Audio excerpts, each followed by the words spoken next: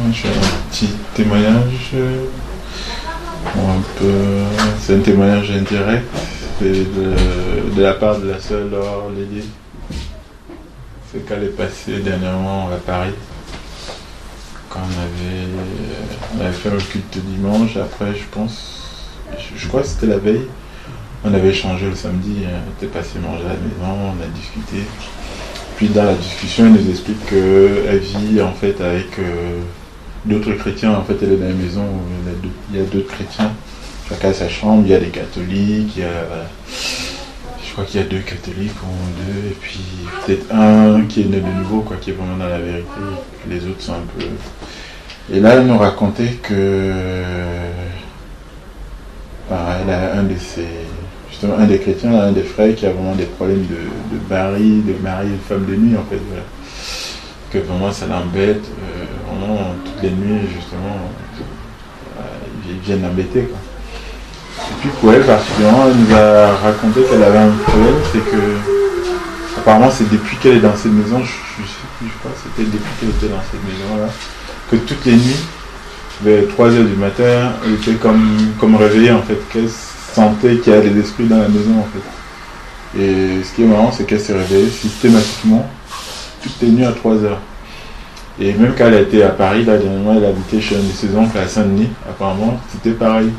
C'est-à-dire à 3h du matin, quand elle regarde l'heure, systématiquement, elle s'est réveillée. Et qu'elle avait... et c'est là on a discuté, on a échangé avec elle, on a dit que c'était pas normal. Je me rappelle, on avait appelé Calix, on a échangé ensemble quoi, sur Skype, on a parlé vraiment, on a dit que c'était pas normal, on lui a vraiment conseillé on l'a exhorté quoi, on l'a beaucoup exhorté et on lui a demandé vraiment de prendre l'autorité quoi, vraiment au nom de Jésus. Et là, à son retour, elle est rentrée, elle a mis en pratique en fait ce que les conseils qu'on lui avait donnés. Et depuis lors, elle dort jusqu'au matin sans se réveiller. Donc, et c'était arrivé à un point où vraiment elle pouvait même sentir la direction, c'est-à-dire sentir que l'esprit là à un endroit, tellement c'était présent. Je parle de la sœur Laure. Que tellement c'était, elle sentait la présence en fait.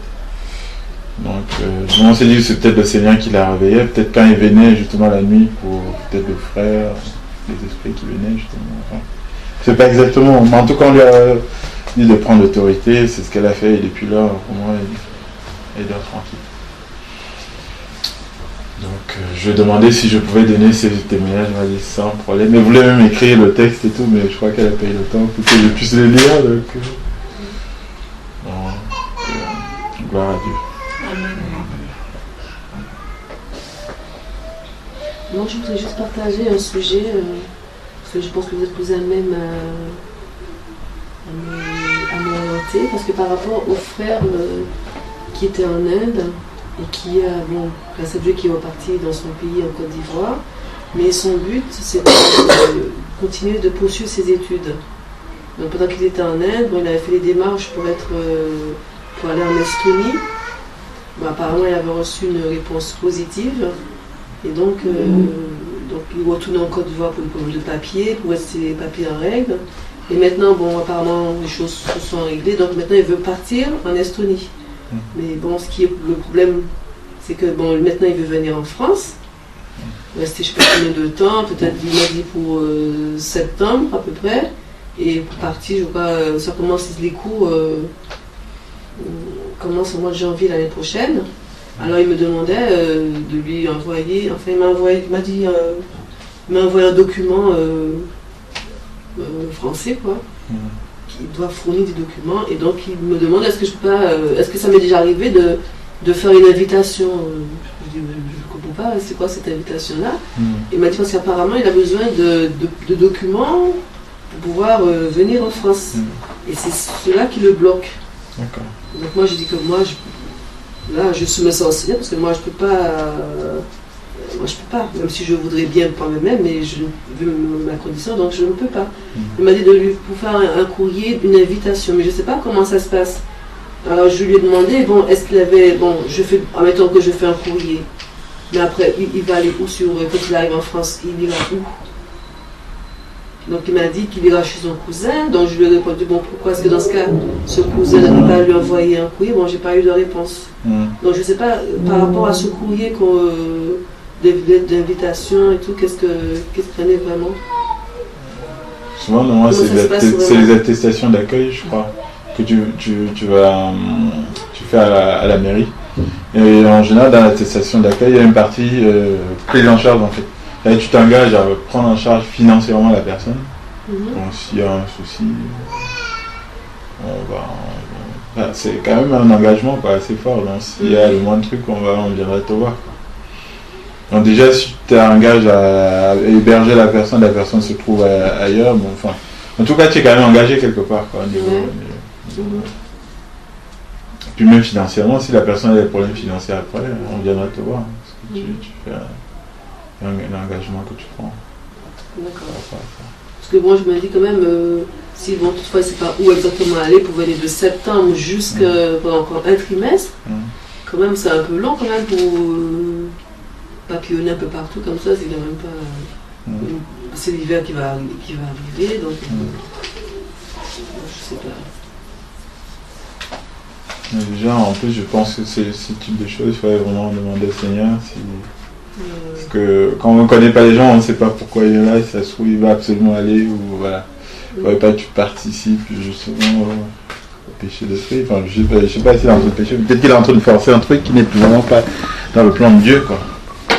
Vraiment, je pense, personnellement, je pense que c'est une des choses, il faut se mettre ça au Seigneur dans la prière. Bon, après, maintenant, si tu veux avoir des éléments, tu peux aller à la mairie demander, je crois que c'est l'attestation d'accueil. Mais bon, moi, je ne peux pas faire un truc comme ça, dans la mesure que, de toute manière, je sais très bien qu'il ne viendra pas à la maison, parce que moi, je ne peux pas l'accueillir chez moi. Ah ouais, donc plus il y a un mensonge quand même. Ben oui, je ne peux pas non plus. Tu attestes que tu vas héberger la personne, mais en fait, tu sais que la personne doit être hébergée ailleurs. C'est que.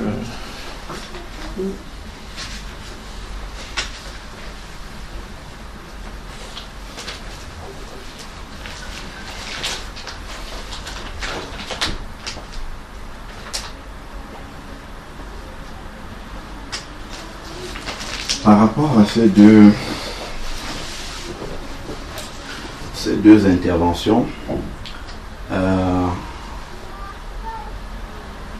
il y a quelque chose qui me vient à l'esprit. Et ça va nous permettre de comprendre quelque chose.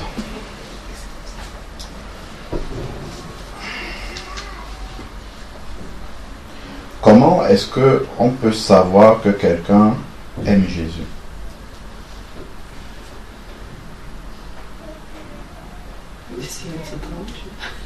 Hein? Je dis que quand on aime, c'est quand on a ses commandements. Ah! D'accord. Luc, chapitre 6. Oui, il y a une autre réponse. Lorsqu'il est prêt à donner sa vie.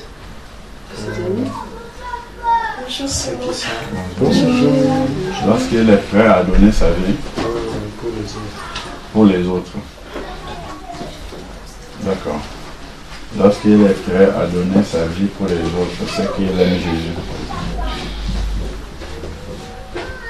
Ok. Bon.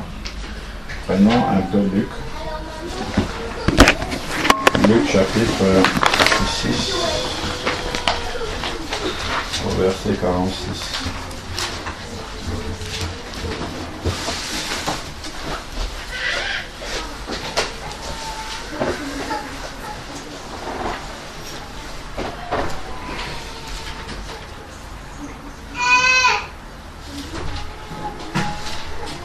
Luc chapitre 6 au verset 46. Il y a des gens qui sont là, parmi lesquels des pharisiens, qui demandent, qui disent un certain nombre de choses. Donc on peut lire le texte pour comprendre de quoi il est question. Mais c'est le verset 46 qui attire mon attention. Mais pourquoi m'appelez-vous Seigneur, Seigneur, tandis que vous ne faites pas ce que je dis. On dirait que Jésus est étonné d'être appelé Seigneur, Seigneur, sans que ceux qui prononcent ce mot-là fassent ce qu'il dit. Pour comprendre davantage ce dont il est question là, on peut revenir à quelque chose que nous connaissons un peu sur le plan humain, de ce qui s'est passé dans l'histoire. Même si on n'était pas présent, aujourd'hui, il y a des films qui retracent un peu l'histoire. Quand on parle, par exemple, si on prend la période où il y avait l'esclavage, il y a des personnes qui étaient propriétaires d'un domaine et qui avaient des esclaves, qui travaillaient chacun dans son activité pour cette personne-là. Souvent, ces personnes-là étaient appelées des seigneurs. D'accord? On les appelait des seigneurs. Et qu'est-ce qui prouve pourquoi les personnes qui étaient, quelle est la relation qui liait les personnes qui les appelaient seigneurs avec ceux qui étaient ces seigneurs-là? Quel type de relation ils avaient? Quel type de lien ils avaient? Un lien de subordination. Ah, des liens de subordination, d'accord. Donc, ceux qui appelaient ces personnes-là seigneurs leur étaient soumis. Donc, ils faisaient ce que le maître voulait. Si on arrive dans une propriété, voilà le seigneur de la propriété, il dit à l'esclave, va me prendre, je sais pas moi, va travailler dans telle plantation, et que l'esclave en question dise, ça ne me plaît pas, j'irai plus tard. Est-ce qu'il peut encore l'appeler seigneur? D'accord. Il ne peut plus l'appeler seigneur. On aboutit à quelque chose. Qu'est-ce que ça veut dire seigneur?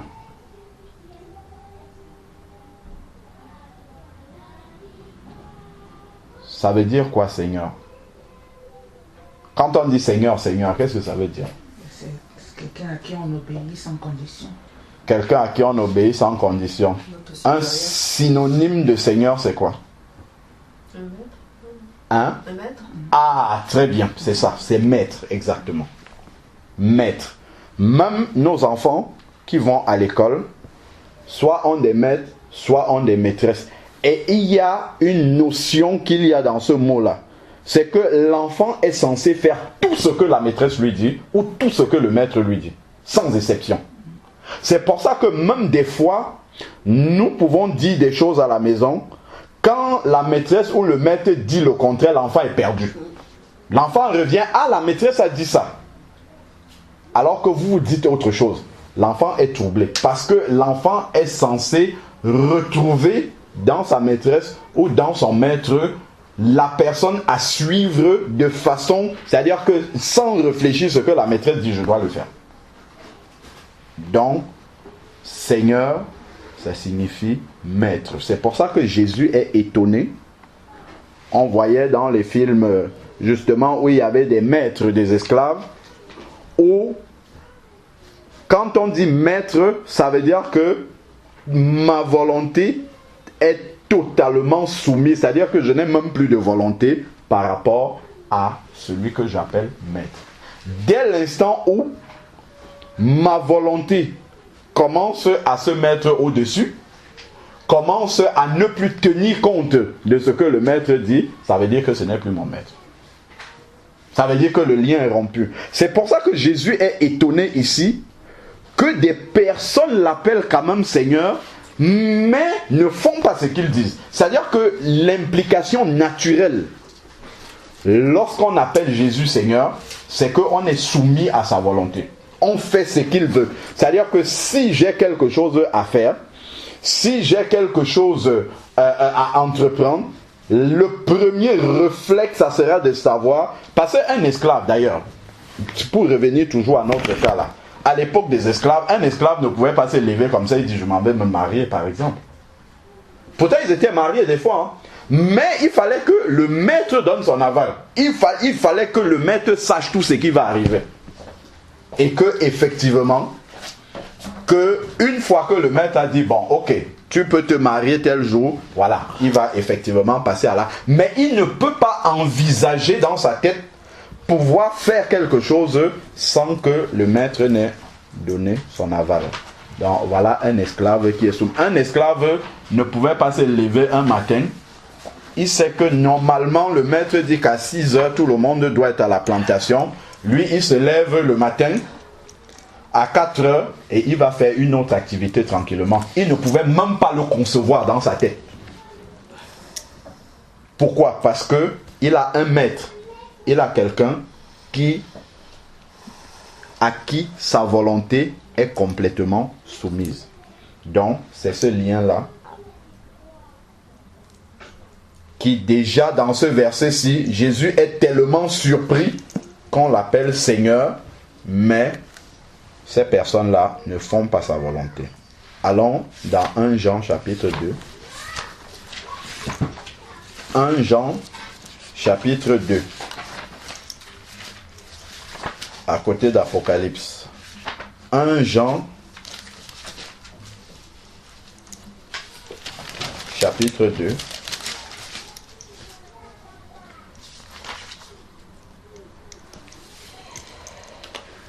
Alors, verset 3, il dit, et par ceci, nous savons que nous l'avons connu. Si vous allez dans beaucoup d'endroits où vous interrogez beaucoup de personnes, vous leur demandez, est-ce que tu connais Jésus? Ils vont dire, oui, je connais Jésus. Seulement le mot connaître, selon ce monde, ça veut dire que tu connais l'identité de quelqu'un. Moi, je peux dire, je connais François Hollande, mais d'ailleurs, il ne me connaît pas, c'est sûr. Parce que je le vois à la télé, je sais à peu près beaucoup de choses sur lui parce que c'est public. Je dirais, je le connais. Mais dans la réalité, spirituellement, si je dis que je connais François Hollande, c'est que je suis un menteur. Parce que pour le Seigneur, connaître, c'est dans le sens de l'intimité.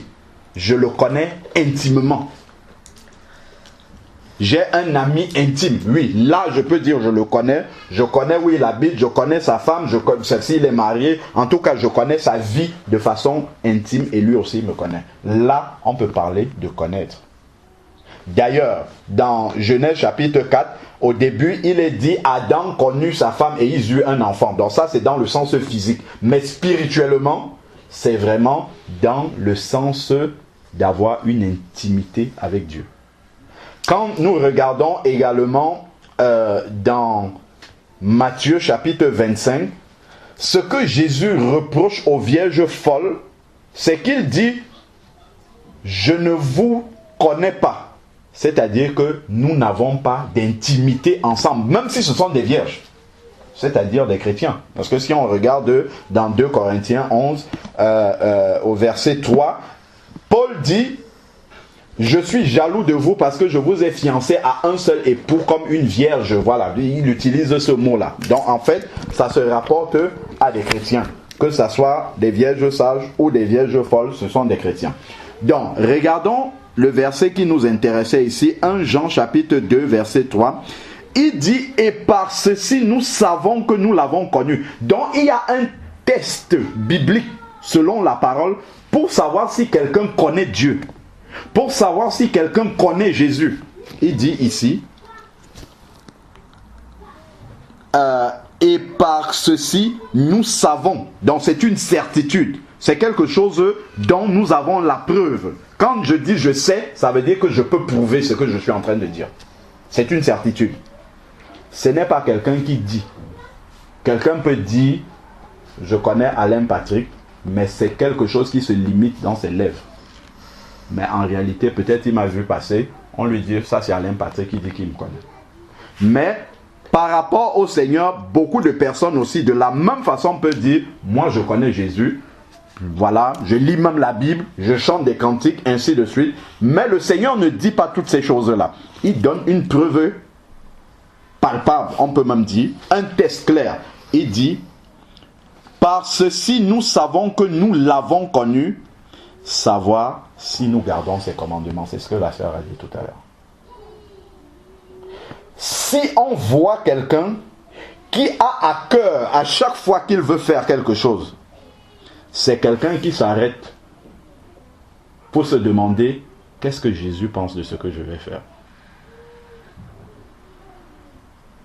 S'il lui arrive de tomber, il est triste non pas parce que ça lui attire des conséquences fâcheuses, mais parce qu'il sait que Jésus n'est pas content de ce qu'il a fait. Ça, c'est quelqu'un qui connaît Jésus. Lorsque la mère de Jésus est venue avec ses frères, qu'est-ce qu'il a dit? On lui dit, ta mère et tes frères sont dehors. Qu'est-ce qu'il dit? Mes frères sont ceux qui sont là, c'est ceux qui font la volonté de mon Père. Si nous regardons encore dans Matthieu 7, c'est un texte qu'on cite souvent, lorsqu'on parle des faux prophètes, toutes ces choses-là, ça on le sait très bien. Nous voyons bien encore une autre certitude, cette même preuve que Jésus donne ici, dans Matthieu 7.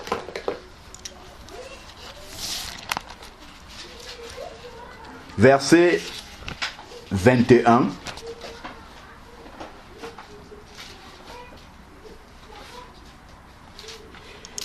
Il dit, tous ceux qui me disent Seigneur, Seigneur, n'entreront pas tous dans le royaume des cieux. Pourquoi? Parce que je peux dire Seigneur, mais c'est un mensonge.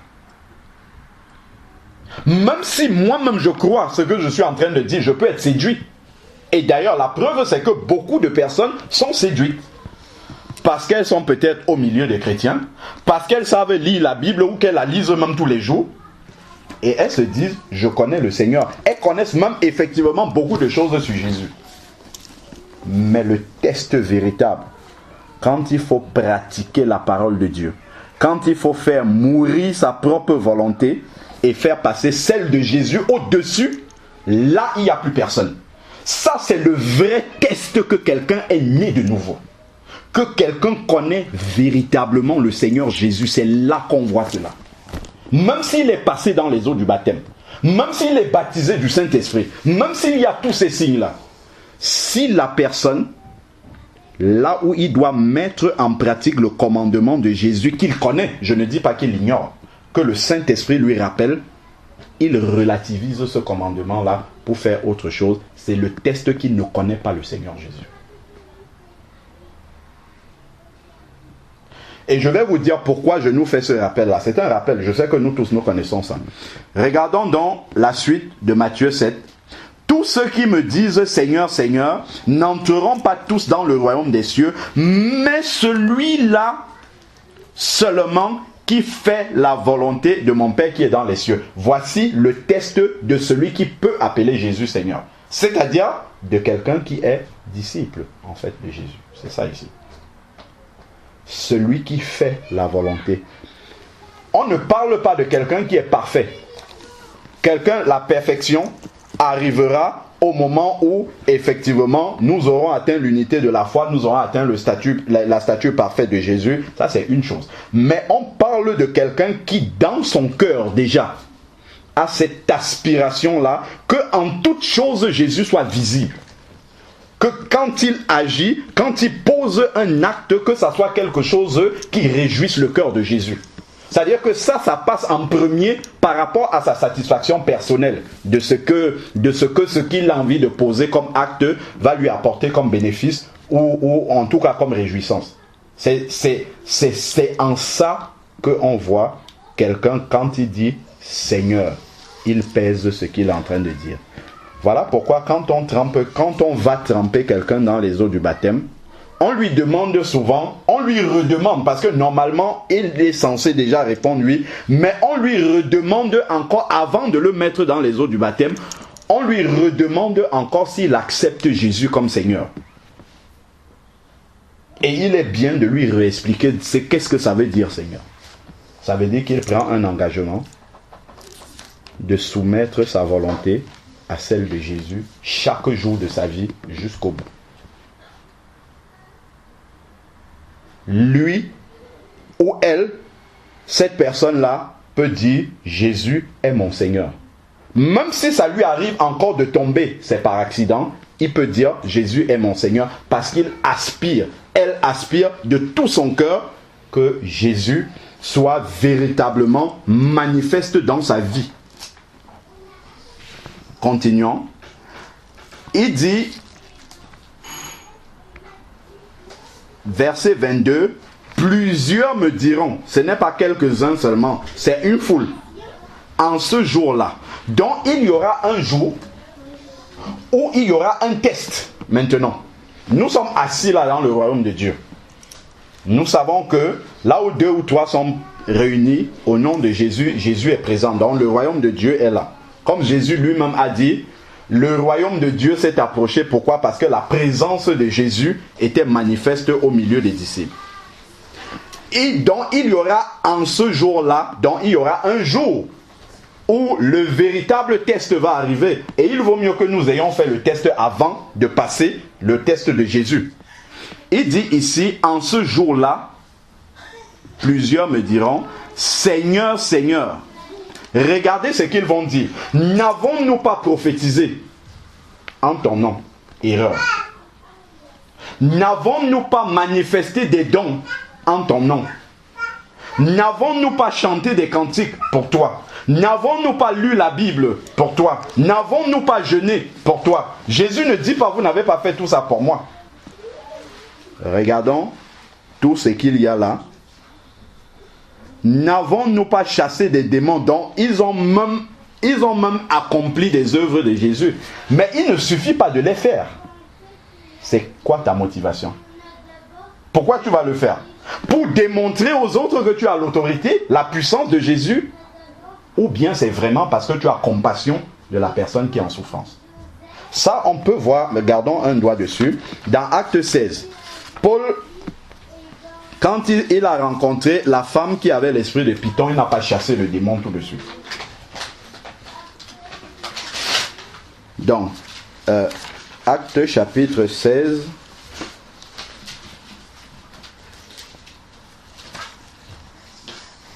Alors,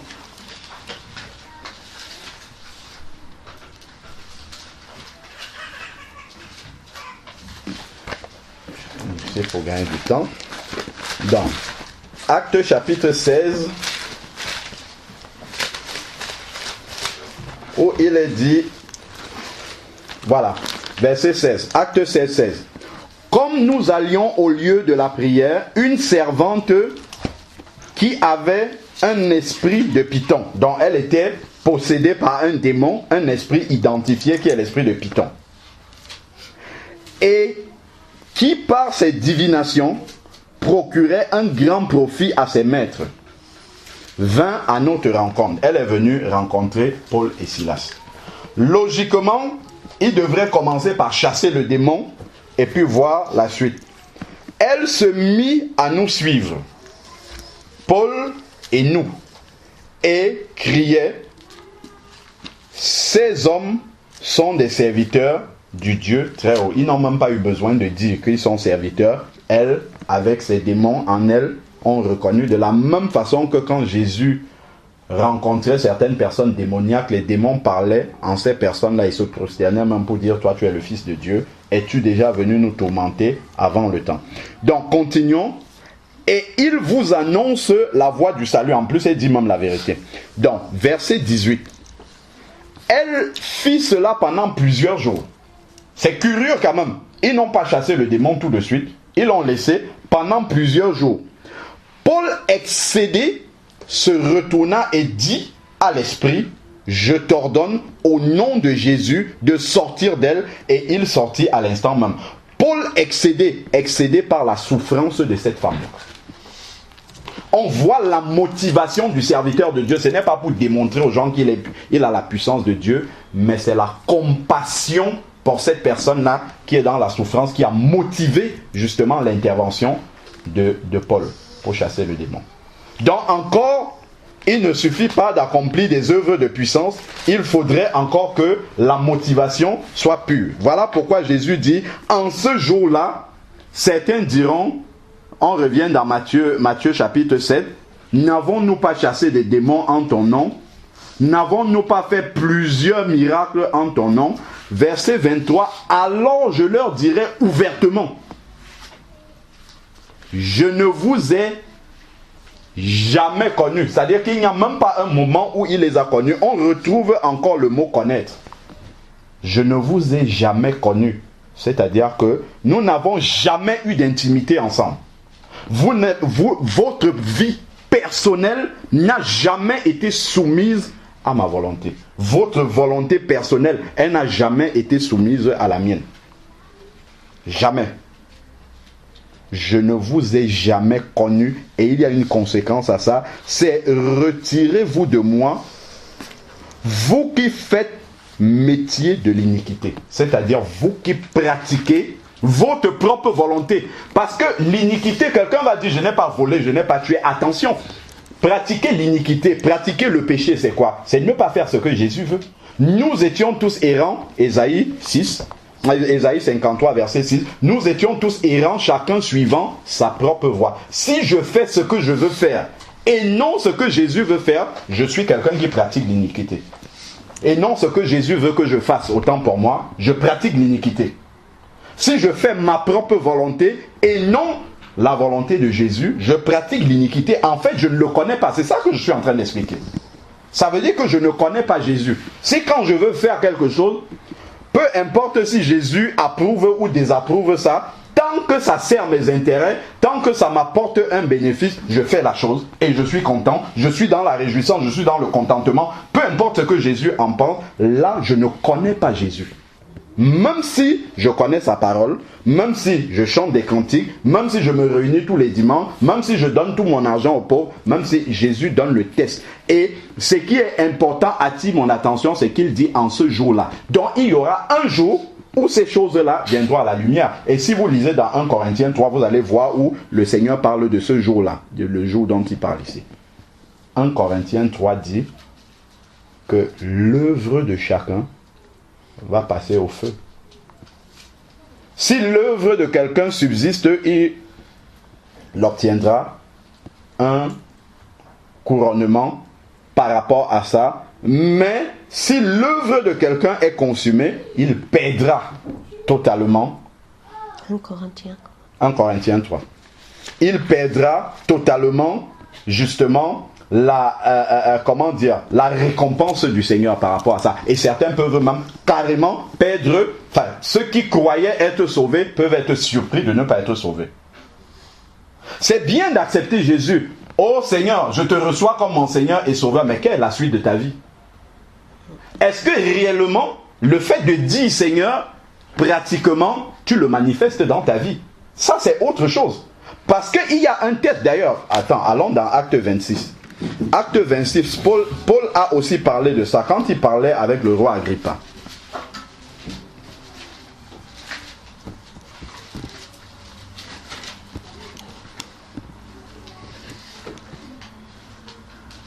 Quand il parlait avec le roi Agrippa, il a donné le processus en fait pour être un véritable disciple de Jésus. Un vrai disciple, connu de Jésus et qui connaît Jésus.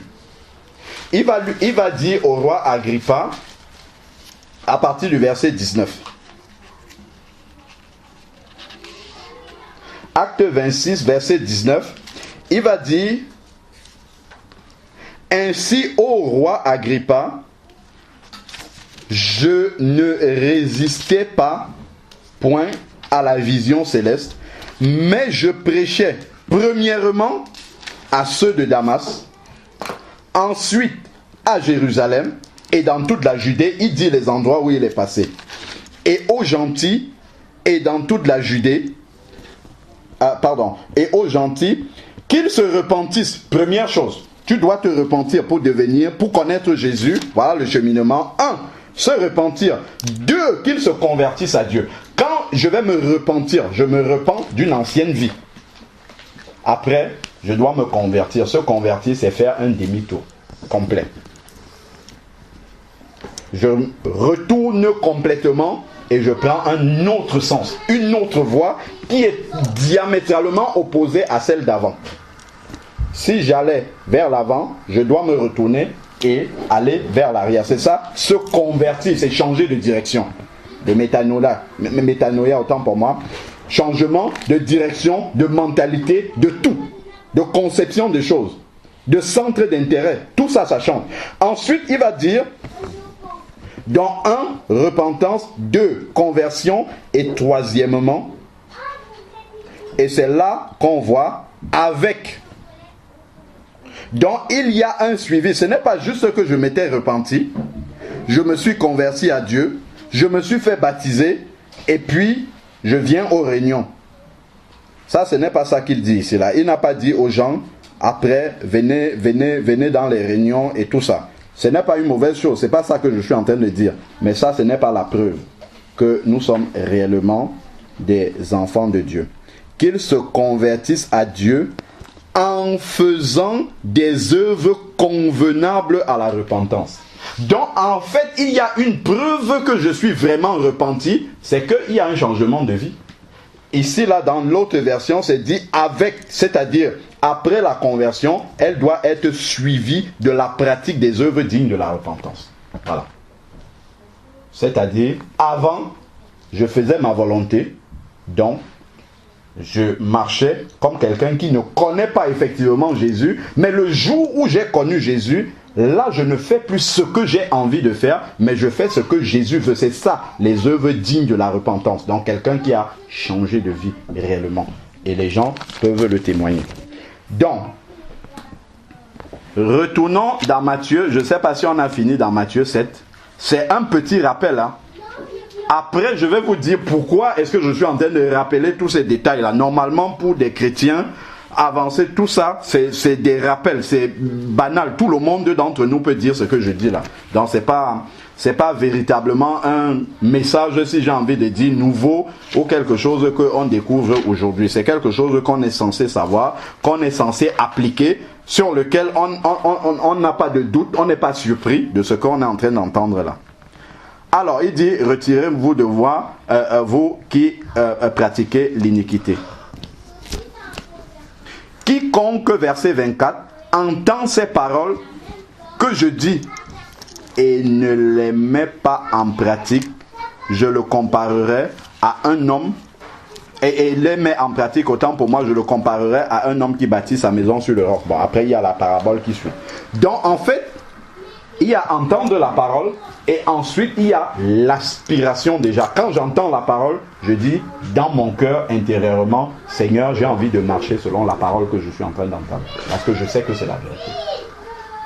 Ce n'est pas, oh, Jésus a déjà tout accompli, donc moi je peux marcher comme je veux, je peux continuer à pratiquer ma propre volonté et avoir quand même l'aspiration d'entrer dans le paradis de Dieu. Non.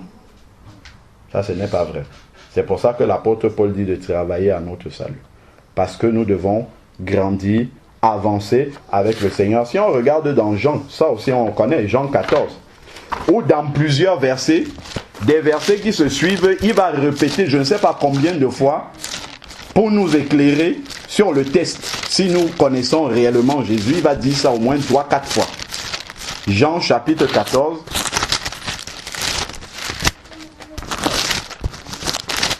à partir du verset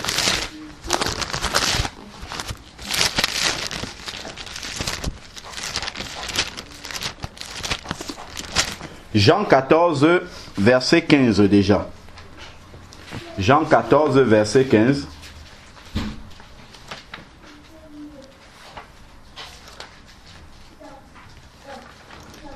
Jean 14, verset 15 dit: si vous m'aimez, c'est la question que j'avais posée, qu'est-ce qui prouve que quelqu'un aime Jésus? Gardez mes commandements. Il y a une preuve.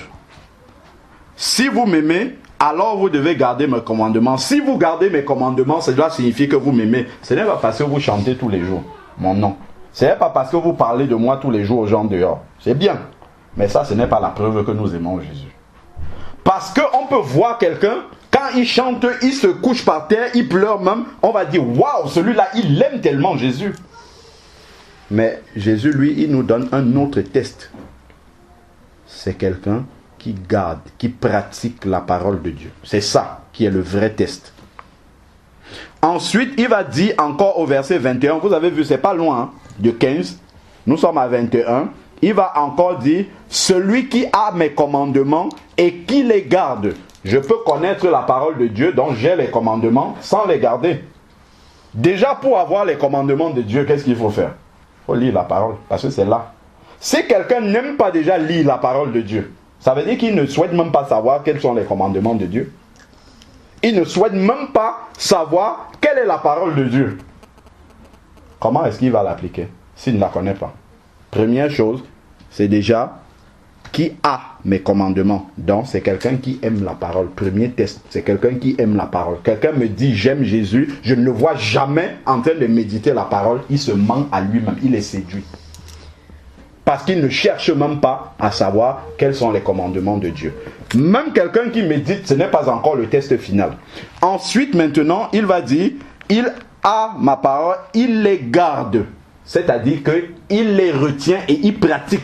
Parce qu'il a l'intention de pratiquer cette parole-là. Je peux lire la Bible comme un roman sans rien retenir parce que, bon voilà, par acquis de conscience, on m'a dit il faut lire la Bible, je lis après, dès que je sors là, paf, je passe à autre chose, je vis comme si je n'avais jamais lu cette Bible-là. Non, il dit qu'il les garde. C'est-à-dire, je lis la Bible, je la médite dans l'intention de la garder à l'intérieur de moi, jalousement, plus que toute autre chose que je dois retenir sur la terre. C'est la chose la plus précieuse. Si je dis, ta parole est une lampe à mes pieds, et que partout là dehors, ce sont les ténèbres, je sors sans lampe, comment je fais? Je ne vais pas voir, je vais piétiner les gens, je vais marcher, je vais faire toutes sortes de bêtises, parce que je n'ai pas la lumière. Mais si je sais que dehors il y a les ténèbres, ben en sortant je vais demander, frère, genre, tu n'as pas une torche pour moi pour éclairer là dehors? Mais si je n'ai pas cette parole et que je marche dans les ténèbres, je n'ai même pas conscience que ce sont les ténèbres dehors. Ça veut dire que là déjà, il y a un problème. Donc, il a la parole, c'est-à-dire qu'il la médite, il la garde, il la retient et ensuite il la pratique concrètement. On voit cela concret dans sa vie et là il dit, c'est celui qui m'aime. Il a encore réexpliqué ce qu'il a déjà dit en haut là, il réexplique encore ça ici là. Il dit, c'est celui qui m'aime. Celui qui médite cette parole, je réexplique ce verset-là. C'est celui qui médite la parole, qui la retient et qui la pratique. Il a à cœur de la pratiquer. Même s'il n'est pas encore parfait dans la mise en application de cette parole-là, c'est son aspiration. Sa prière, c'est Seigneur, je veux être parfait dans cela. Je ne le dis pas comme une prière de conformisme parce que je sais que Jésus aime entendre quand on lui dit ça. Non, c'est parce que lui-même, il lit dans mon cœur ce que je suis, mes lèvres sont en train de dire. Il lit que c'est ce que j'ai dans le cœur, c'est ça véritablement que j'ai envie de pratiquer. Tout à l'heure, nous disons, Seigneur, chasse la peur de moi. Est-ce que c'est ça que je veux vraiment? Si le Seigneur me dit maintenant, ok, je t'ai donné l'autorité d'entrer dans tous les bus, tous les métros et d'imposer les mains à tous ceux qui sont malades, est-ce que tu vas te lever pour le faire? Est-ce que tu ne vas pas commencer à donner d'autres raisons maintenant? Oui, Seigneur, j'ai voulu que tu enlèves la peur de moi, mais il y a encore ça, je n'ai pas encore fait si, ainsi de suite. Est-ce que tu vas vraiment le faire? Est-ce que c'est ça réellement que tu veux? Ce que mes lèvres disent doivent être en accord avec ce que mon cœur veut. Fais de l'Éternel tes délices et il te donnera ce que ton cœur désire. Les deux, la langue avec ce qu'il y a dans le cœur, doivent être en communion. Donc, alors, nous étions au verset 21. Verset 21 qui nous explique garder les commandements et ensuite, déjà avoir ces commandements, c'est-à-dire connaître la parole, chercher à la connaître, la garder, la retenir et ensuite la pratiquer. Ça, c'est celui qui aime le Seigneur. Et d'ailleurs, il dit, celui qui m'aime sera aimé de mon Père et moi aussi je l'aimerai et je me manifesterai à lui. C'est-à-dire que je vais me révéler davantage à lui. Souvent, on a soif de révélation juste pour que la connaissance augmente. Ce n'est pas pour garder la parole et la pratiquer. Mais le Seigneur dit qu'il se manifeste à celui qui garde les commandements et qui les pratique. C'est ça qu'il dit. Si je veux vraiment que la révélation du Seigneur, à quoi servirait-il que le Seigneur me révèle sa parole si je ne la pratique pas? à rien du tout. Rien du tout. Quand le Seigneur venait parler à Moïse sur le mont Sinaï, c'était pas pour le plaisir de parler bouche à Moïse. C'était pour que Moïse descende, dit au peuple, voici ce que vous devez faire. C'est ça, ainsi de suite. Ce n'était pas pour le plaisir de lui parler, pas du tout. C'était parce que cette parole-là devait être suivie d'une obéissance.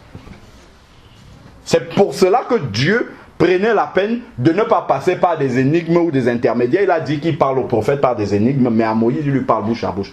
Parce qu'il voulait que la manière dont Dieu a dit le commandement, que ça soit de la même manière que Moïse puisse transmettre au peuple et que le peuple obéisse de la manière dont Dieu a dit. Pas d'une autre manière. Comme une demi-obéissance est en fait de la rébellion. Regardons verset 24, il parle encore de ça. Vous voyez plein de versets qui se suivent là, il dit la même chose. Celui qui ne m'aime pas, ne garde pas mes paroles. Voilà un test. Si on dit à tous les chrétiens, aimes-tu Jésus? Oui. La preuve, c'est que je suis à l'église. Quand est-ce que tu as médité la parole pour la dernière fois? Il y a 1 mois. Waouh. C'est quand même étonnant. Je prenais l'exemple, un exemple simple. Quand Raphaëla rentre des cours, des classes, directement elle s'en va jouer avec sa soeur. Je lui dis non, il faut que tu t'arrêtes, que tu ailles d'abord prendre une douche et après tu pourras faire ce que tu dois faire. Maintenant, elle préfère aller jouer avec sa soeur. Si elle me dit papa, j'aime prendre des douches quand je rentre de l'école, est-ce que je peux croire ça? Puisque je la vois faire autre chose, elle préfère faire autre chose quand elle arrive. Si elle me dit j'aime prendre les douches quand je rentre de l'école, je dirais ma fille, tu es une menteuse, tu mens. Parce que c'est pas vrai, tu fais autre chose. Tu me dis que tu aimes, ta bouche dit, mais je te vois faire autre chose. C'est clair. En fait, quelqu'un qui dit qu'il aime Jésus, mais qui n'en a rien à faire de la parole de Jésus et qui n'a pas l'aspiration de voir qu'elle est concrète et pratique, qu'elle est vie en lui, ça veut dire qu'en fait, il ne connaît... en fait, c'est juste des acquis de conscience, mais il ne sait pas réellement qu'est-ce qu'il est en train de faire, là où est-ce qu'il va, qu'est-ce que ça veut dire être disciple de Jésus, qu'est-ce que ça veut dire avoir connu Jésus, qu'est-ce que ça veut dire. On est simplement sur le mot connaître là depuis.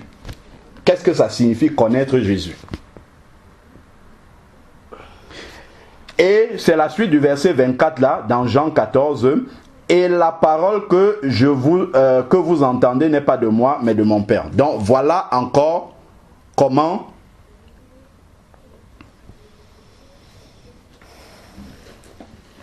voilà comment le Seigneur lui-même nous donne à plusieurs reprises. Il y a encore plein de versets qui peuvent nous édifier sur le fait de connaître réellement le Seigneur.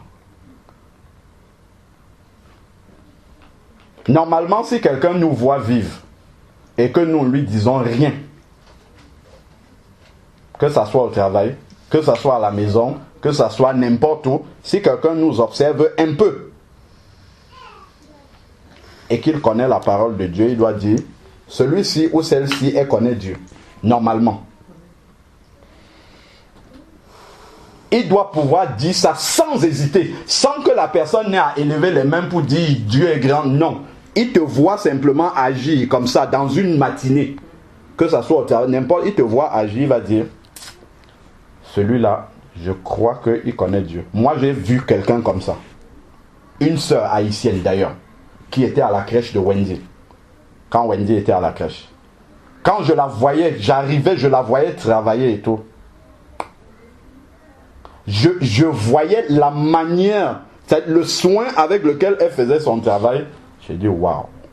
J'étais tellement étonné. Et après, quand j'ai parlé un peu avec elle, j'ai su que c'était une chrétienne. Elle m'a dit qu'elle est convertie. J'ai dit ça même si tu ne m'avais pas dit. La manière dont je te vois faire ton travail là.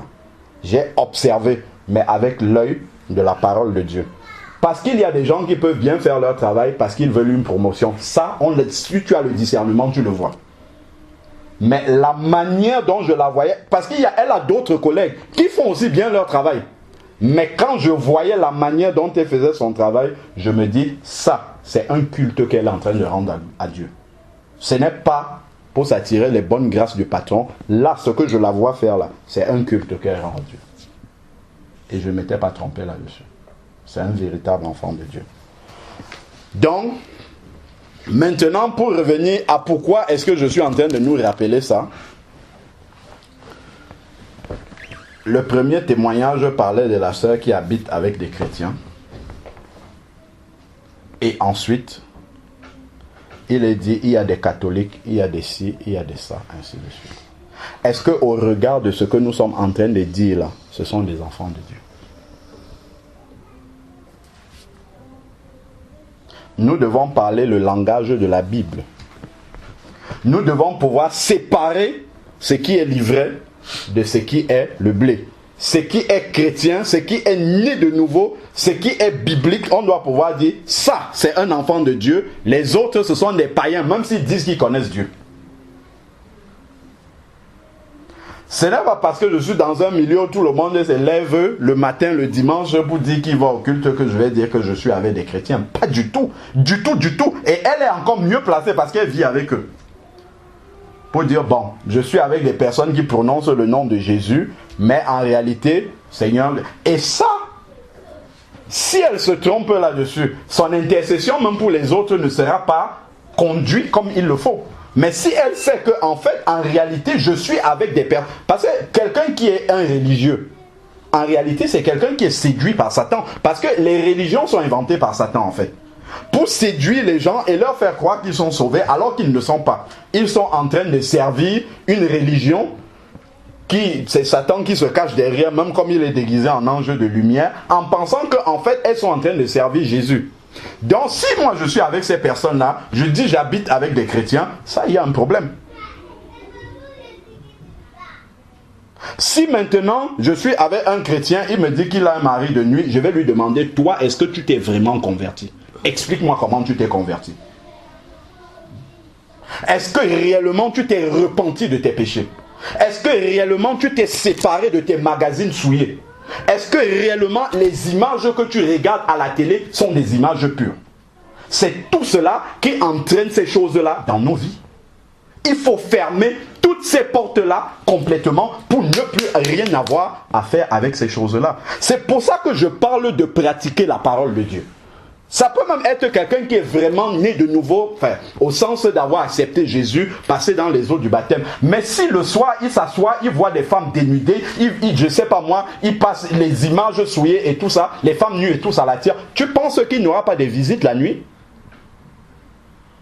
Il a oublié l'esprit qui habite en lui. Regardons 2 Corinthiens chapitre 6 verset 14. Il n'y a pas de communion entre les ténèbres et la lumière, entre le temple de Dieu et le temple des idoles. Mais s'il ne le sait pas, il est chrétien, juste, voilà, mais l'esprit de Dieu ne l'alerte pas. C'est vrai que quand on est dehors, oui, un bus peut passer comme ça, il y a une grande effigie, oui, c'est passé devant mes yeux, mais je ne vais pas chercher à avoir une communion avec ces choses-là. C'est une porte ouverte que j'ai introduite dans ma vie. Mais si l'esprit de Dieu est sensible en moi, quand je vois ces choses-là, je dis, Seigneur, pardon, purifie mes yeux. Et puis je passe à autre chose. Voilà comment on enlève, on coupe les liens déjà avec ce genre de choses-là. Et ça arrive au moment de la conversion. On n'a plus de communion avec ces choses.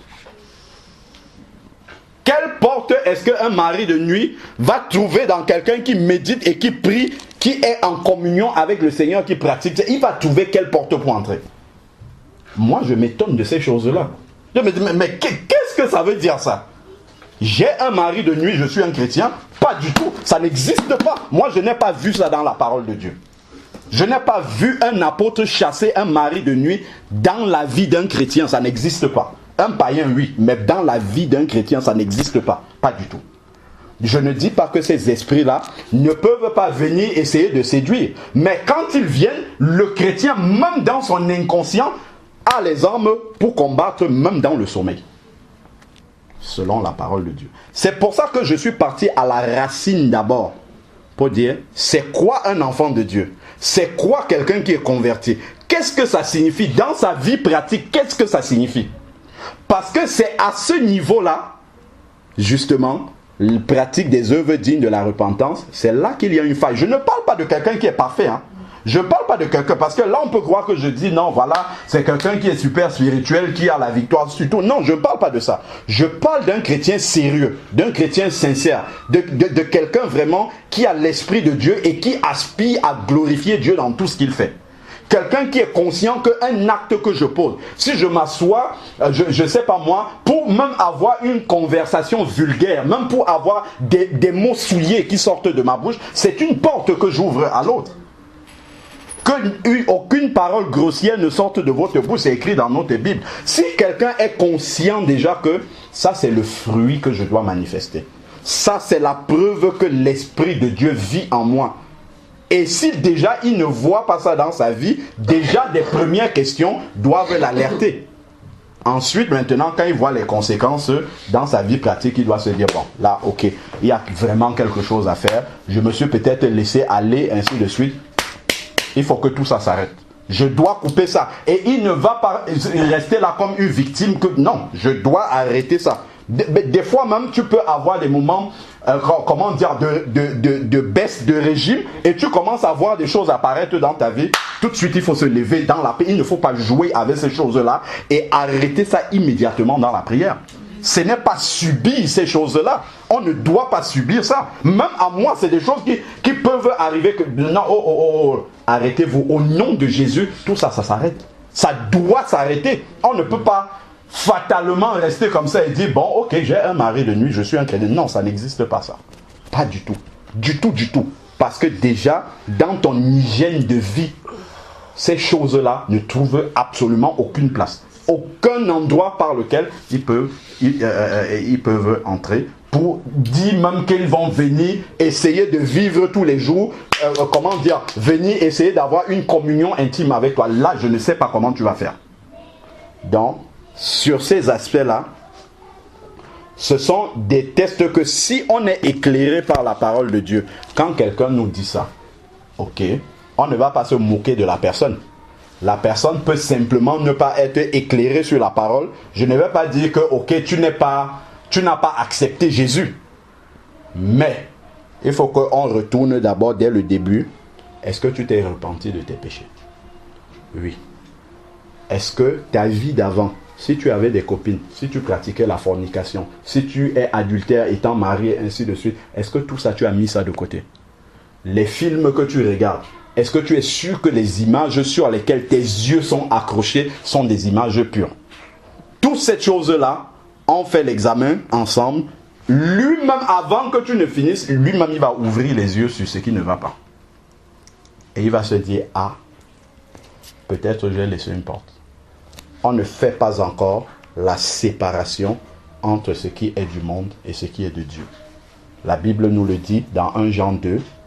N'aimez pas le monde, car l'amour du monde est inimitié contre Dieu. On se dit que le monde, c'est dans les petits, il y a des petites choses. Le monde est encore chez nous.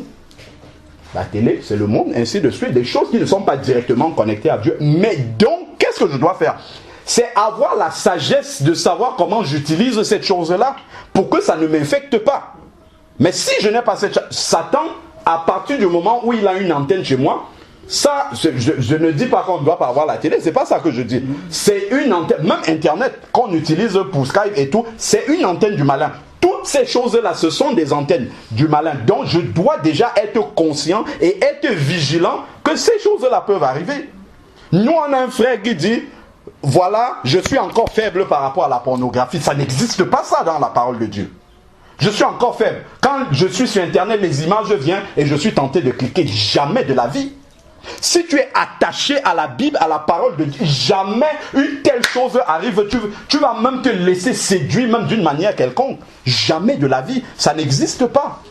Si tu es totalement enraciné, attaché au Seigneur avec la volonté de faire ce que Dieu veut. Je ne dis pas que sur ton ordinateur, une image souillée ne va jamais arriver, mais tu vas la dégager du revers de la main et tu vas passer à autre chose. Parce que déjà, quand tu t'assois sur ton ordinateur, c'est déjà dans l'intention de faire quelque chose qui va glorifier Dieu dans comme quand tu viens à un culte ici, quand tu viens à un culte, tu vas dans l'intention de glorifier Dieu. Donc en toute chose que je vais, là où je vais, ou toute chose que je vais faire, je dois être disposé à ce que, que Dieu soit glorifié dans ce que je vais faire.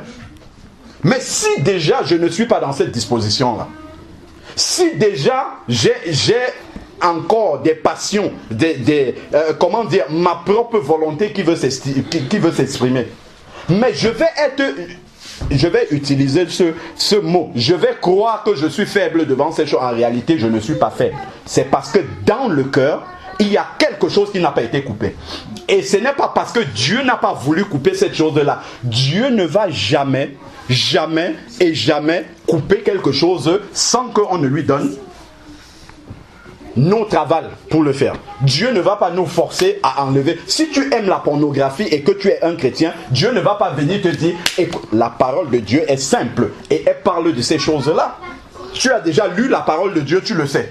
Dieu ne va pas venir te dire, bon, attends, je vais encore... Non, tu as la parole. Maintenant, si tu as l'amour pour cette parole-là, si tu veux garder cette parole-là, si tu veux pratiquer cette parole-là, toi-même, tu vas faire la guerre. Tu vas dire à cette chose-là, au nom de Jésus, maintenant, ça s'arrête.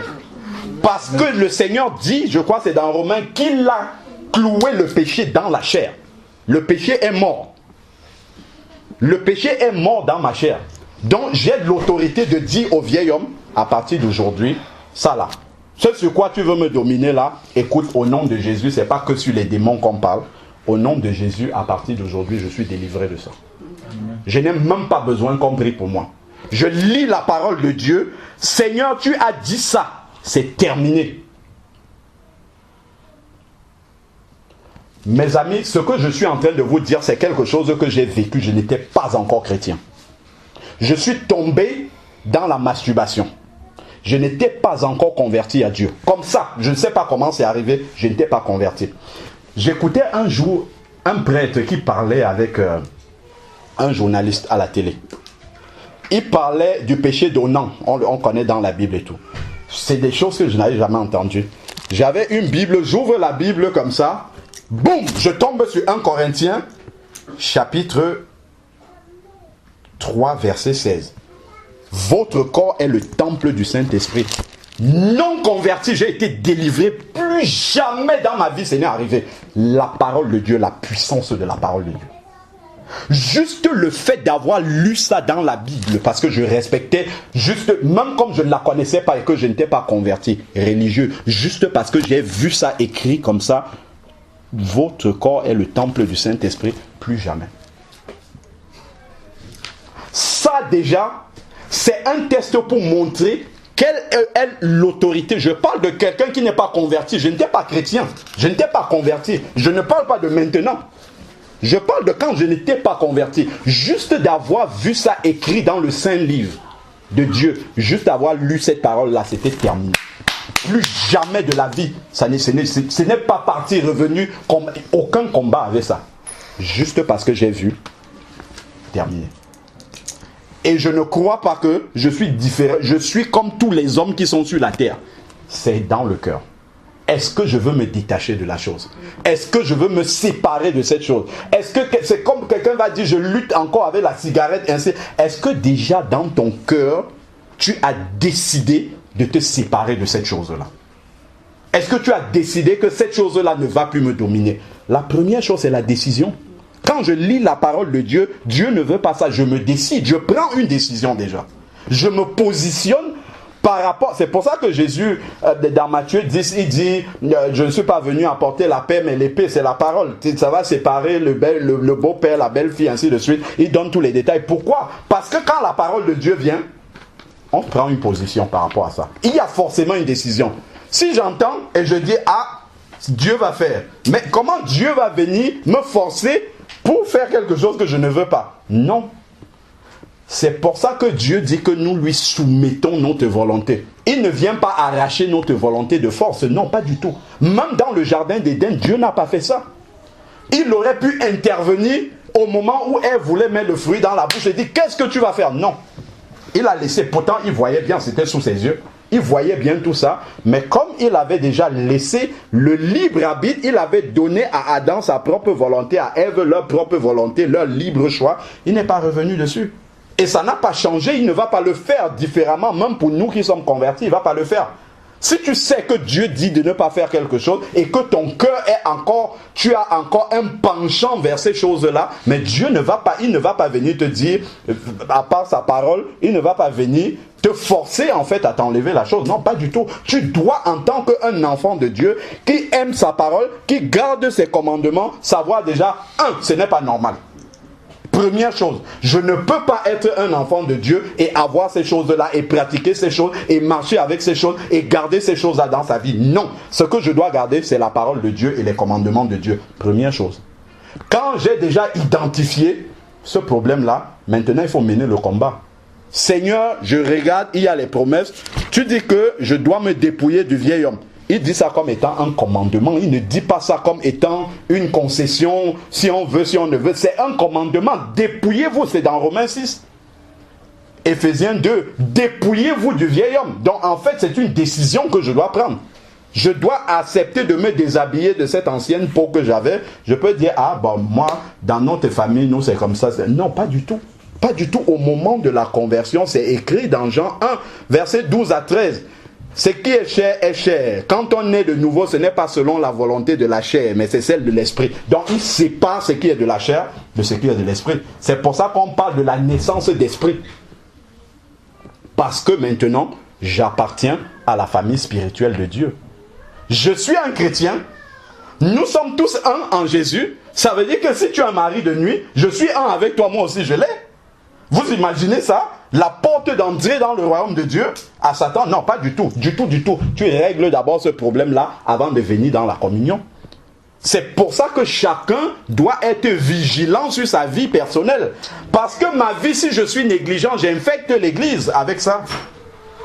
Je dois être vigilant sur ma propre vie, sur ce que je laisse entrer dans ma vie, ainsi de suite. Parce que non seulement ça va m'infecter moi, ça va infecter mes frères, ça va infecter ma famille, ça va infecter mes soeurs, et ainsi de suite.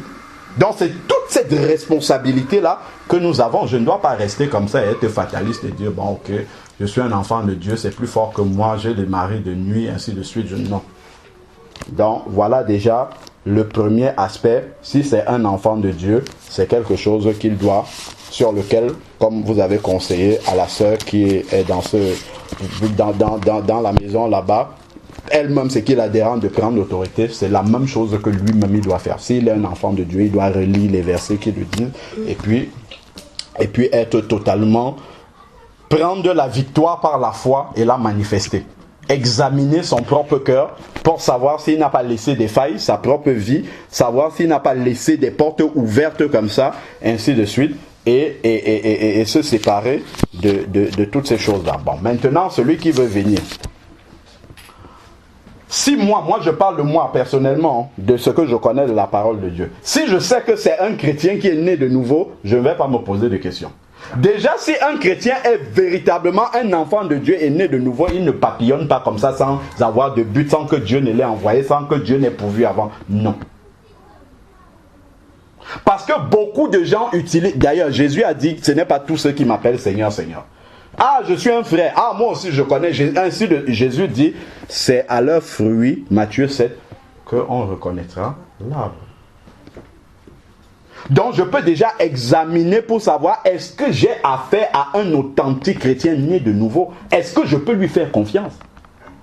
Je peux envoyer un certificat d'hébergement à quelqu'un qui me dit qu'il est chrétien. Il arrive ici, il est sans papier. J'aurais participé à son péché.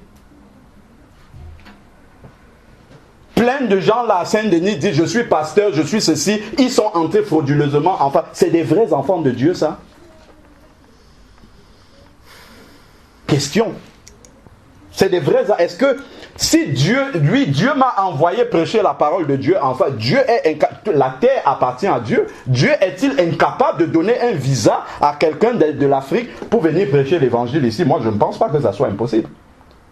Au point où il soit obligé d'entrer frauduleusement, moi je ne crois pas que ça soit impossible pour Dieu. Si Dieu t'a vraiment mandaté, il va ouvrir les portes pour que tu arrives là-bas de la manière la plus réglementaire. Tu vas à la préfecture, même dire au préfet, oh, Voilà.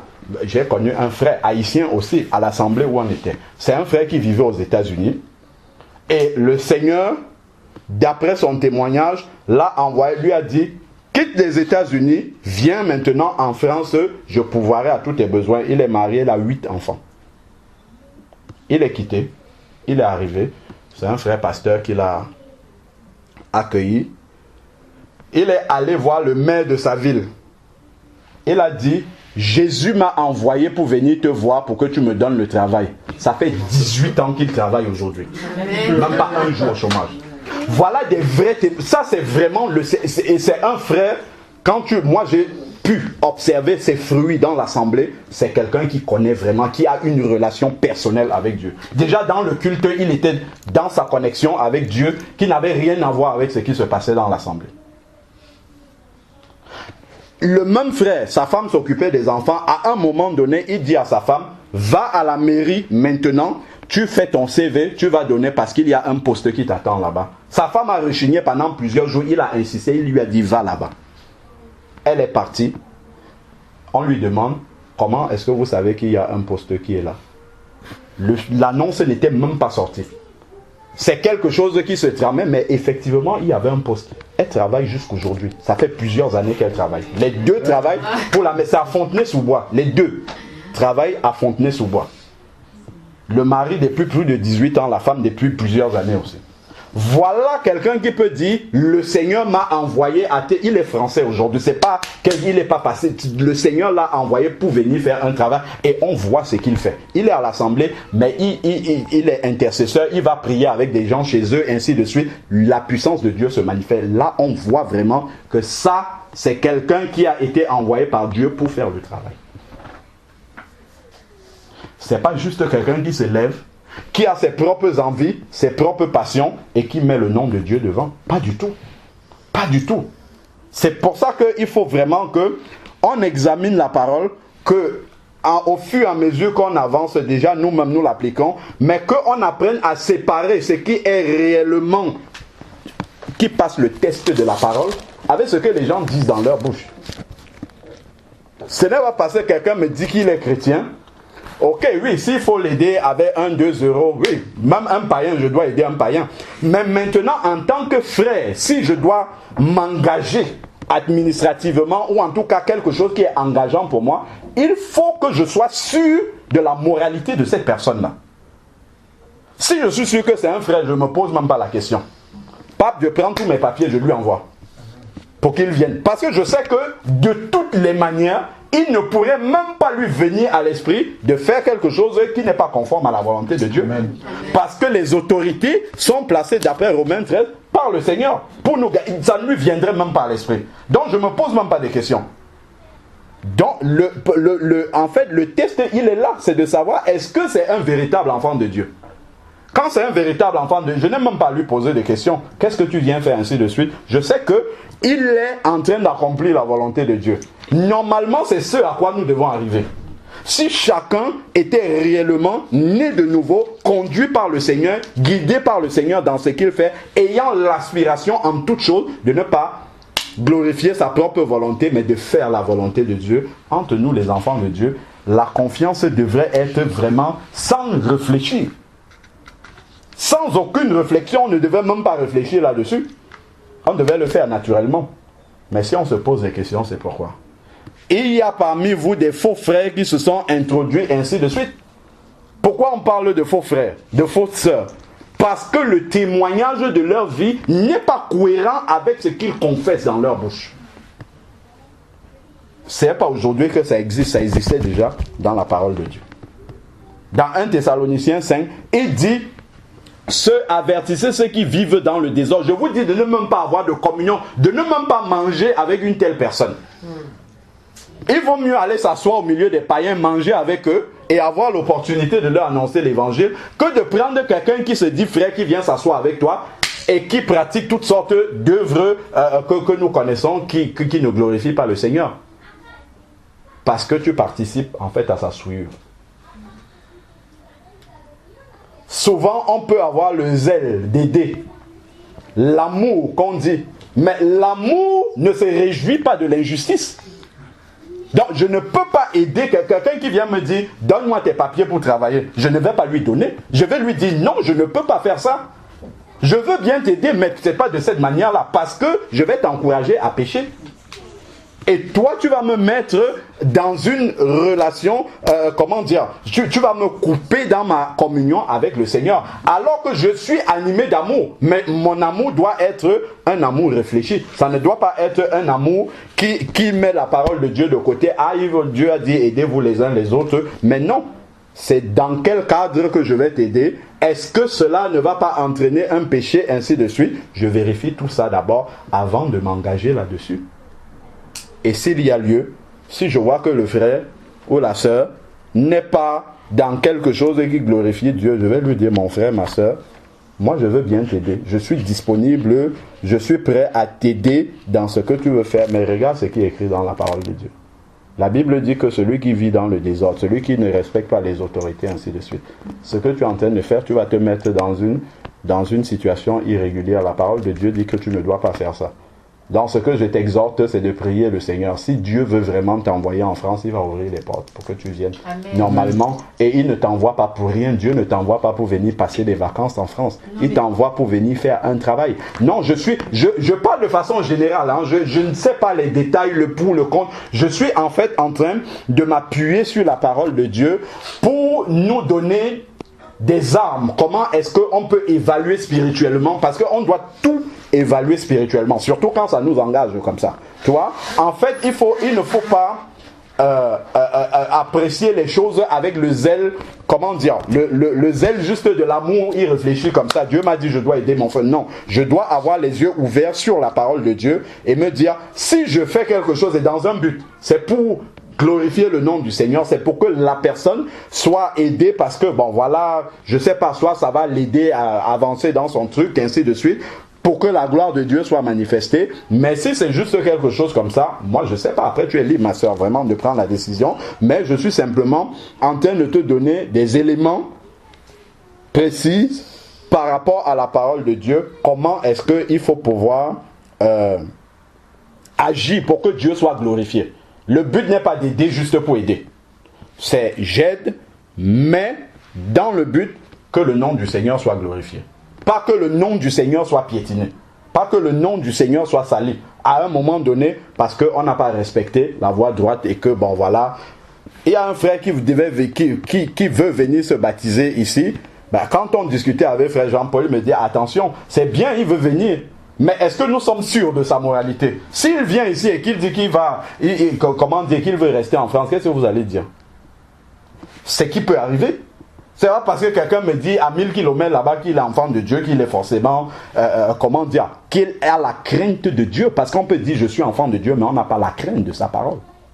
On n'a pas la crainte comment dire, la crainte de transgresser ce que Dieu dit.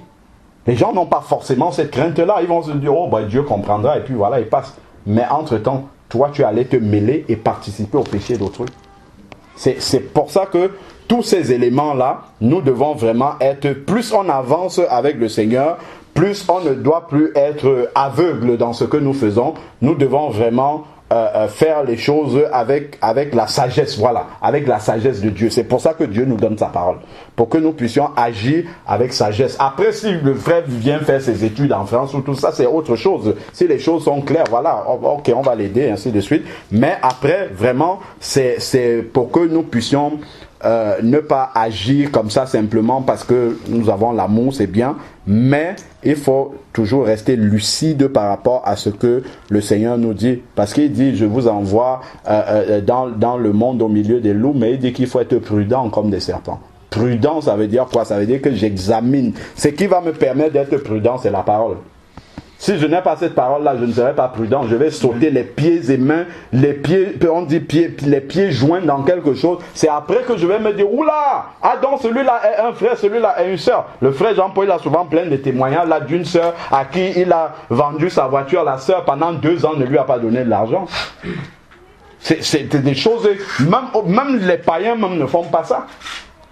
C'est pour ça qu'il faut qu'on soit vigilant par rapport à ce dans quoi nous nous engageons et être sûr vraiment que ce que nous sommes en train de faire, déjà le Seigneur est avec nous. La personne que nous voulons, à qui nous voulons tendre la main, le Seigneur est avec lui, et ainsi de suite, et qu'on ne va pas s'engager dans quelque chose qui ne glorifie pas Dieu. Normalement, ça, en fait, ce n'est qu'un rappel. Si on connaissait la base, la parole de Dieu sur laquelle nous avons commencé là, en fait, c'est des questions qui ne se poseraient même pas. Du tout. Autant là-bas, chez la sœur, ou bien le problème que tu as posé, la question ne se poserait même pas. Je sais que je suis devant les enfants de Dieu, donc vraiment, ils doivent comprendre la parole, et puis il n'y a pas de problème, on avance comme ça. Mais, malheureusement, et le Seigneur nous a prévenus, son nom est un peu porté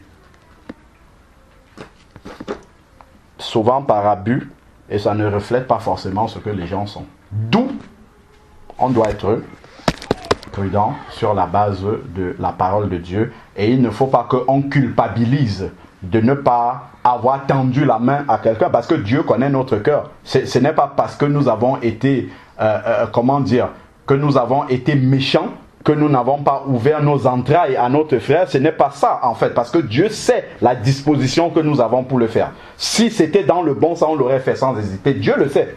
Ce n'est pas parce qu'on n'a pas fait que Dieu va dire, oula, ça c'est qui ça? J'ai dit, aimez-vous les uns les autres, et toi tu n'agis pas. Non, Dieu sait que c'est dans une démarche toujours pour le glorifier que je n'ai pas agi, parce que les choses ne sont pas claires pour moi, parce que je n'ai pas envie d'être mêlé dans une histoire où après le nom de Jésus sera sali. La personne vient, elle n'habite pas chez toi, si elle va commettre un meurtre, c'est toi qu'on va appeler. C'est des choses qui, sur lesquelles il faut faire attention. En tout cas, laisser le Seigneur vraiment nous guider par rapport à sa parole. Vraiment que Dieu soit béni et que ça serve à chacun d'entre nous, parce qu'on aura beaucoup de situations, Moi, j'ai ma propre cousine de chair, nos mamans sont sœurs, qui m'a appelé, qui me dit, bon tiens, voilà, j'ai eu mon concours d'infirmière ou quoi là, vraiment, je dois prendre un crédit à la banque pour payer mes études, tout ça c'est compliqué. Tout. Au début, tout de suite comme ça, elle ne me demandait pas de l'argent, elle me disait, viens signer, tu es mon cautionnaire et tout, parce qu'on demande quelqu'un qui travaille, tout ça, bref. Dans ma tête, je vais devoir vous, c'est pour aider ma cousine. Après quand je reste, je dis, mais attends. Ce n'est pas que je doute qu'elle ne va pas rembourser, c'est quelqu'un qui est droit. Ça, il n'y a pas de problème. Je n'ai pas de doute là. Mais après, le soir, quand je suis resté, je dis, mais qu'est-ce que Dieu dit de ça? J'ouvre dans Proverbe, je commence à voir, ne te porte pas caution pour celui qui emprunte, ne te fais pas ceci. Je dis, hey, ma cousine, puisque je lui parlais déjà du Seigneur avant, je lui ai envoyé les versets directement. Elle-même, elle est allée lire. Elle a dit, d'accord, je comprends ta position. Et Dieu a pourvu. Dieu a pourvu. Amen. Je crois que c'est le trésor public qui finance sa formation aujourd'hui. Je lui ai dit, ma soeur, je veux le faire. Mais regarde la parole de Dieu. Avant, je faisais ces choses-là. Je n'aurais même pas réfléchi. Je t'aurais envoyé tous les documents sans même réfléchir. Mais regarde ce que la Bible dit. Vraiment, ce n'est pas que je ne veux pas. Mais par rapport à ce que Dieu dit là, je sais que si tu pries, attends, on va chercher après. Si tu pries vraiment, Dieu va ouvrir une porte. Quelques mois après, elle m'a appelé, je crois 1 ou 2 mois après, elle m'a appelé, elle me dit que oui, le trésor public c'est bon, ils nous ont avancé, tout, ils ont payé la formation, ça va, elle est en train de faire sa formation. Je dis gloire à Dieu. Amen. Tu as vu que finalement, tu n'as pas raté ta formation parce que je n'étais pas aidé. Dieu a ouvert une porte parce qu'on avait regardé sa parole et on a voulu faire ce qu'il veut. Tu es parti taper à la bonne porte, eux, ils peuvent te donner tout ce qu'ils veulent. Ils ont donné, tu as vu, sans qu'on ait eu besoin, que tu aies eu besoin d'aller faire quoi que ce soit. Voilà, tu as eu le financement de ta formation. Et voilà, il n'y a pas de problème. Donc, si on a à cœur de faire la volonté de Dieu, il ouvre les portes. Sans qu'on ait besoin d'entrer dans un conflit, je bénis Dieu parce qu'elle aussi, elle a compris. Elle ne m'a pas dit, oh, vraiment, mon frère, qu'est-ce que tu me fais comme ça, ainsi de suite. Elle a compris parce qu'elle est dans la démarche aussi de chercher le Seigneur. Elle-même, elle a lu ces versets-là. Écrit, c'était noir sur blanc. Ne te porte pas caution. Elle a dit, bon, je te comprends. C'est ce qu'elle m'a dit. Et que le Seigneur a fait. Vraiment, que Dieu soit béni. Et ça nous montre que parfois, nous sommes butés sur la manière dont le système dans lequel nous vivons est organisé. Et on se dit, on doit forcément passer par tel chemin détourné, parce qu'on n'a pas le choix. Mais si on commence à dire non, Seigneur, vraiment, je veux arriver à telle chose, enfin en tout cas, j'ai tel problème, mais il y a tel obstacle qui me conduit à prendre la voie détournée, mais je ne veux pas prendre cette voie-là. Je veux vraiment que ton nom soit glorifié dans le témoignage jusqu'au bout propre. Le Seigneur fera. Il ouvrira n'importe quelle porte, même les portes qu'il n'a jamais ouvertes, il va ouvrir ces portes-là pour que tu ne transgresses pas sa parole, sa loi, tout ce qu'il y a là, pour que le témoignage ne soit pas sale. Le Seigneur le fera. Donc vraiment, il faut qu'on ait confiance au Seigneur sur ces genres de choses, parce que le Seigneur a autorité sur tout ce qui existe ici, là, toutes les prises de décision, tout ça, le Seigneur a autorité là-dessus. Et c'est pour ça que je parlais toujours de la disposition du cœur. Si dans le cœur, vraiment, on aspire à faire les choses bien, comme le Seigneur veut, il ouvrira les portes. Amen. Amen. Seigneur Père éternel, nous voulons encore te bénir et te rendre grâce pour le rappel de ta parole, Seigneur Père, pour vraiment tous les aspects pratiques, les aspects concrets de notre vie de chaque jour que tu viens de nous rappeler encore. Seigneur, accorde-nous la grâce que en toute chose, en toute circonstance, en toute situation de notre vie, Père, que nous mettions d'abord ta volonté en premier, Seigneur Dieu, dans tout ce que nous faisons. Que, Seigneur Dieu, notre seule aspiration soit que tu sois glorifié au travers de notre vie, au travers de notre témoignage, et que les autres autour de nous soient impactés. Seigneur Dieu, accorde-nous également la prudence, la vigilance. Donne-nous l'amour, mais l'amour dans la vérité, l'amour dans la justice, Seigneur Père éternel. Donne-nous de ne pas reculer, Seigneur Dieu, devant les circonstances, devant les situations, Père, mais que en toute chose que nous ayons référence à ta parole, Seigneur Père, parce que tu as dit que ta parole est une lumière sur notre sentier. Père, c'est parce que tu as déposé tous les trésors qu'il faut dans ta parole pour pouvoir nous éclairer en toute situation. Accorde-nous la grâce de te faire pleinement conscience, même si nous sommes devant des murs, même si nous sommes devant des montagnes, même si nous sommes devant des barrières qui nous paraissent infranchissables aux yeux des hommes. Père, donne-nous vraiment d'avoir la foi que toi tu es capable de renverser toute montagne, de renverser, Seigneur Dieu, toute hauteur qui s'élève devant nous et qui veut nous entraîner dans la compromission. Seigneur Père éternel, donne-nous de rester attachés, Seigneur Père, à faire ta volonté dans la justice. Au nom de Jésus-Christ, Père, que cette parole puisse vivre encore en nous, au nom de Jésus-Christ. Amen. Amen. Effectivement, j'avais oublié un détail que la sœur Laure nous avait dit. Effectivement, le gars en question pratiquait la masturbation. Justement, quand on l'a questionné, on essayait de savoir, on s'est dit c'est pas normal quoi. Pour un chrétien en posant des questions, c'est vrai, j'avais oublié ces détails-là. Et du coup, on avait demandé à la sœur Laure justement si on pouvait discuter avec lui parce qu'apparemment le gars, apparemment il est un peu désespéré, il a déjà vu plusieurs frères, machin, ça ne change pas. Donc du coup, on a demandé si on pouvait rentrer en contact avec lui. Au moins pour lui donner vraiment le véritable évangile, parce qu'on ne sait pas ce que les gens racontent des fois. Enfin, voilà, tout est passé. Et normalement, c'est Calice qui avait la responsabilité de l'appeler, donc il faudrait même que je lui demande d'ailleurs si ça a été fait. Je sais qu'ils se sont loupés parce que Calice partait 2 semaines et devait se rappeler à son retour. Donc ça va être l'occasion de prendre des nouvelles, quoi, savoir où c'en est. Donc pour confirmer que vraiment ce que tu dis là, effectivement, quand il y a ces choses-là, c'est qu'il y a une porte quelque part, quoi, ou des portes quelque part. Donc, amen. Voilà. Je veux juste te donner un exemple qui est souvent capable. C'est que, et ça m'arrivait régulièrement, c'est quelque chose qui se passe autour de nous. J'ai plus ce problème-là. Le Seigneur m'a délivré. Amen. Donc c'est pour cela que j'encourage mes sœurs dans les Seigneurs, franchement, à rester saints, vraiment comme le Seigneur nous a demandé. Amen. Amen. Donc quand je regarde mes frères, vous êtes tous beaux. Amen. Mais mes soeurs aussi, mais s'il faut enlever les soucis que le Seigneur m'a donné pour mettre conneries dessus, j'ai dit mais attends, il est où la sanctification, il est où là? D'enlever ce que le Seigneur nous donne, est-ce que c'est pas beau pour mettre un bout de crayon? Ou il y a des gens qui vont payer très cher pour coller quelque chose.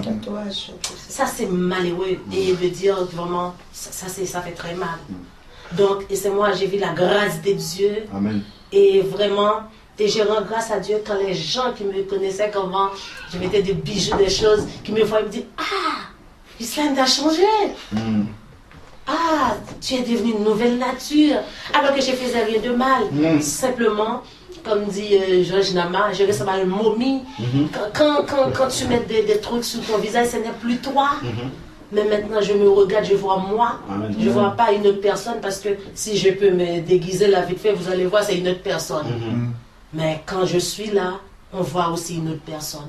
C'est-à-dire ce que le Seigneur veut de nous, c'est notre sanctification. Amen. Sanctifions-nous. C'est pas seulement mettre des foulards sur la tête, de mettre de longs jupes. Ça fait pas la sanctification. Amen. La sanctification, c'est dans les cœurs déjà, de Amen. prendre conscience. Et que si tu m'aimes, garde mes commandements. Alors le commandement de Dieu, c'est d'être en communion avec sa parole. Amen. Donc, c'est ça. Amen. Amen. Que le Amen. Seigneur vous bénisse. Amen. Amen. Amen. Ah, c'est vraiment très édifiant de voir comment la délivrance vient par l'obéissance. Amen. Tout simplement. C'est pas qu'on a commencé à prier sur toi, crier, non. On aurait pu faire ça. Le démon, s'il y a un démon, bien, il part. Mais après, qu'est-ce qui se passe? Tu remets encore des choses qui l'intéressent, il vient prendre ce qui lui appartient. C'est aussi simple que ça. Hein. C'est ça les portes en fait qu'on ouvre. Donc si on a à Satan quelque chose qui lui appartient, il vient récupérer, il a un terrain légal spirituellement. C'est pour ça qu'on aura beau dire je suis chrétien, mais on voit des choses encore qui normalement ne doivent pas être. Pourquoi? Parce qu'on est allé récupérer un petit bout de Satan, on est venu, on a gardé ça. Et après il dit, ah, ce que tu as là, ça m'appartient, je viens prendre. Et il vient prendre. C'est pour ça, 2 Corinthiens 6 dit, n'ayons pas de communion avec ce qui est des infidèles, et ce qu'ils pratiquent, toutes ces choses-là, c'est pas pour les enfants de Dieu. C'est vraiment pour ça que le Seigneur, sinon il aurait dit, bon ça y est, vous êtes chrétien, vous êtes le temple du Saint-Esprit, c'est bon, tout va bien. Non, il dit, puisque tu es le temple du Saint-Esprit, il ne faut plus que tu aies communion avec ces trucs de païens-là. C'est pour ça que nous, même à l'école, les enfants, les déguisements, les choses comme ça, non.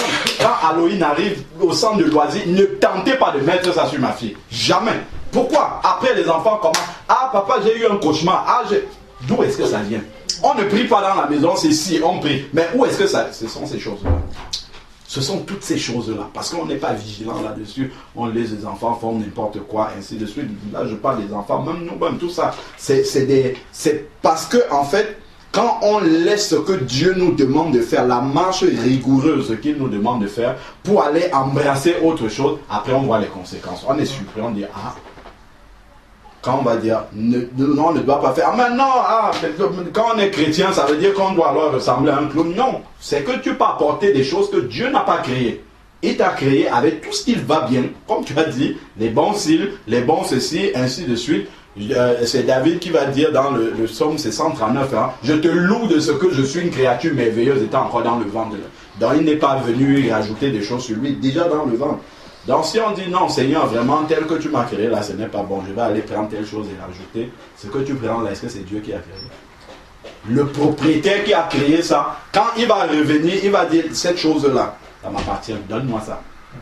Là, qu'est-ce que tu vas appeler Dieu maintenant? Dieu va dire, je ne t'avais pas dit. Je t'avais dit de laisser ces choses-là. Pourquoi tu allais prendre ça? Maintenant, tu vas gérer ça avec le propriétaire de la chose. C'est aussi simple. Et c'est là vraiment ton témoignage. Ça m'édifie beaucoup parce que ça me prouve que la parole de Dieu est vraie. Amen. Vraiment, c'est très très édifiant de voir vraiment comment le Seigneur lui-même peut venir opérer des délivrances parce qu'on a décidé d'obéir seulement à la parole de Dieu. Amen. Amen.